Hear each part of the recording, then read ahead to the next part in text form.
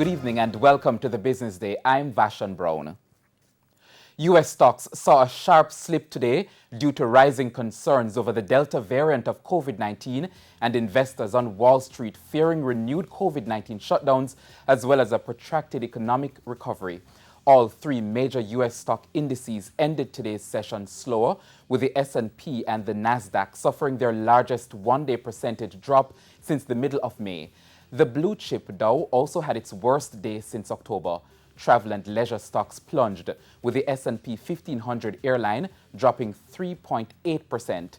The S&P 1500 Hotel and Restaurant Index lost 2.7%.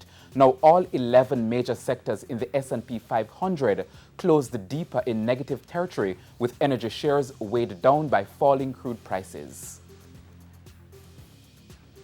Now, locally, the JC Index declined by 3,139 points, while the Junior Market Index advanced by 5 points.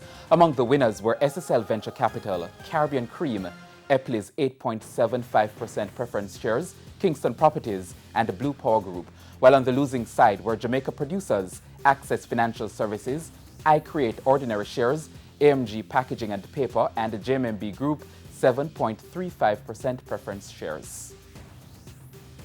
Toll rates on the North-South Highway will increase next Monday. The Jamaica North-South Highway Company published a notice today indicating that the changes will take effect at midnight on July 26.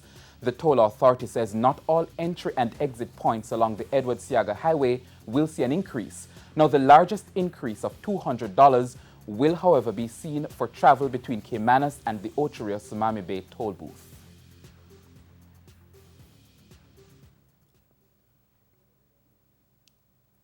Now, there's still no date for completing the merger of the Consumer Affairs Commission, CAC, and the Fair Trading Commission. Chairman of both entities, Donovan White, says a new joint board was formed in May this year and the merger transition committee will be created. I believe the first order of business for the committee is to appoint a merger manager that will manage the day-to-day collaboration, coordination, logistics, and execution around the various activities of that committee.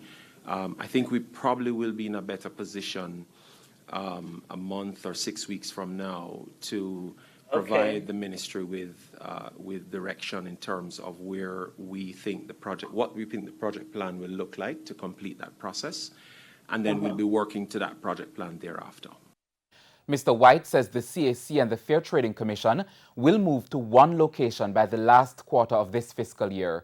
The merger was sanctioned by Cabinet in June 2018.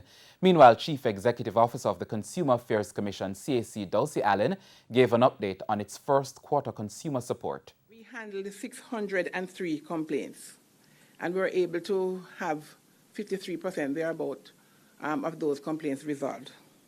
We had requests for advice, 137, and the requests not only come from the consumers themselves, but also from vendors. And through handling these complaints, we were able to secure, on behalf of aggrieved consumers for the first quarter, $4.8 million in terms of compensation. And finally, the U.S. dollar is selling for $154.97 on average. The Canadian dollar is going for $122.59. It's costing $213.24 for the pound sterling, while the euro is trading at $184.10. And that's the Business Day. I'm Vashan Brown. Have a good evening.